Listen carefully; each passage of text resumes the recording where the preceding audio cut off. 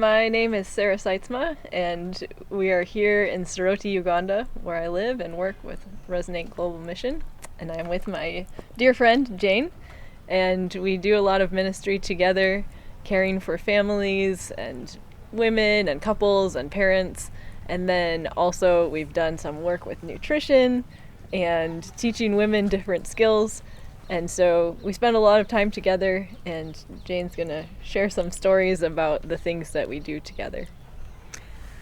Yeah, thank you so much. We do ministry, family ministry together. We have been going out, teaching women, more especially women with challenges. More especially those women who are having problems in their marriages. We do counseling together, and we go to the extent of teaching them how to make certain things to earn a living. Yeah, we went and taught baking, cakes. Yeah, cakes. Sara taught baking, Yes. cakes. I taught bead making. Out of Paper.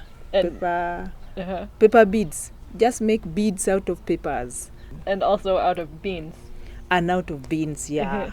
So we taught women how to make. They were so excited. They were so happy about it. And we also went to Lango region. We went to Lango region and we did counseling to the marrieds. We taught about spiritual and physical hygiene. We taught about forgiveness and reconciliation. Maybe you can share what is spiritual and physical hygiene, and why is it important for families? Spiritual and physical hygiene is so important in life, more especially in a family.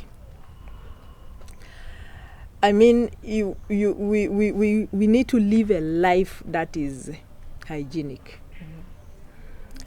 And to me, I feel you may look so good and very smart outside, putting on very nice shoes, very nice dressing. You plaited your hair, just as I am, okay? And yet, inside you is not actually like what you're putting on. So it is very important to teach parents, to teach the marrieds, that you need to begin it from you inside, that you need to have a walk with Christ which is hygienic. Okay? You should know how to read the Bible and walk a walk that is giving us an example like Jesus gave us. Then before you go out to preach what you have inside you, you look at how you are going to present yourself before the people. Then you should be also physically fit and smart as you go out to preach the gospel to others, as we have been sent out to take the gospel out to those who don't know.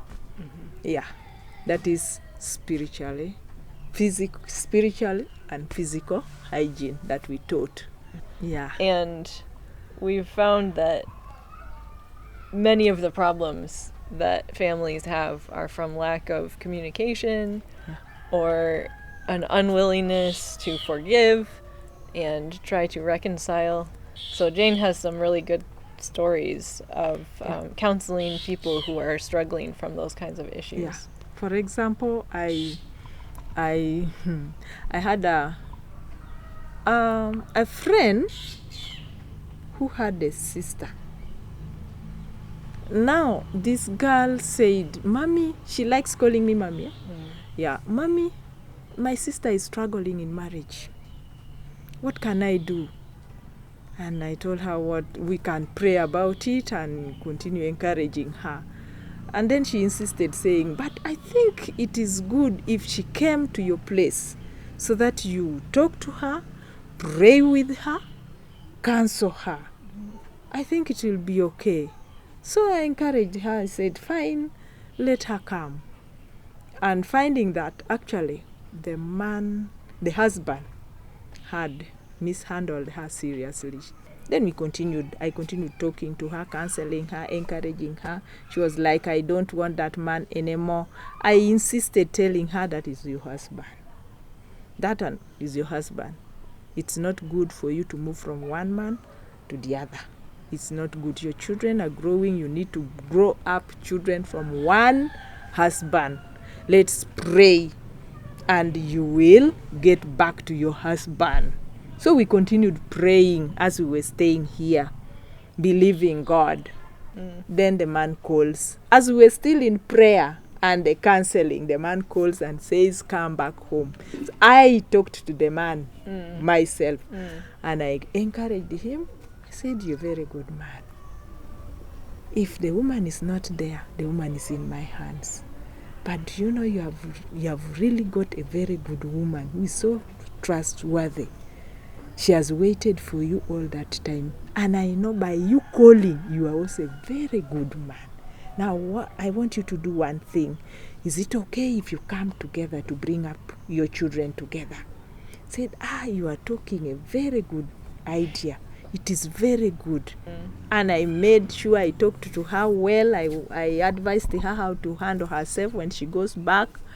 And then I escorted them to town. And she went back to her marriage. Then I continued talking to her, counseling her, encouraging her. Now I believe she is there with her husband and her children. They are living a happy life up to now. Yeah, that is what we have been doing, and that is how we do it.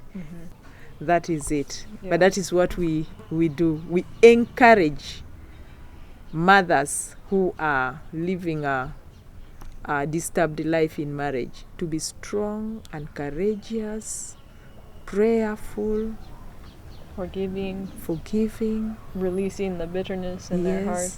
And reconciling back. And then you bring up a good family. I've known many people. I've moved with many people, but that is the same question, that how is it? Why do you think we have come together? That one is exactly God's setting. That one you can't explain it. Yeah. Because, it's God who knows the future. It's God who knows what you can do better than the other. He knows the best things that you can. Actually, he knows you better than you know yourself. Yeah, that is it. So he is the one who put us together. How many have I met? But we failed to do this together. He is the one who programmed this. Yeah. Yeah. And we have a lot of fun together also. Yeah. And Jane is someone who I can go to with any question about Ugandan culture, and she's not fearful to share with me whether it's good or bad. So I don't have to wonder if I'm doing something wrong. Jane will tell me. And Jane is already very involved in counseling people and caring for women and couples, and so we've been able to combine our knowledge and Jane's long experience to be able to help people together. Yeah.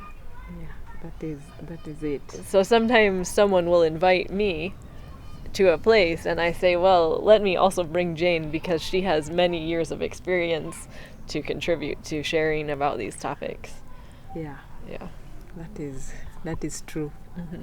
Yeah, that is true. So it can't come from nowhere. That is God's making.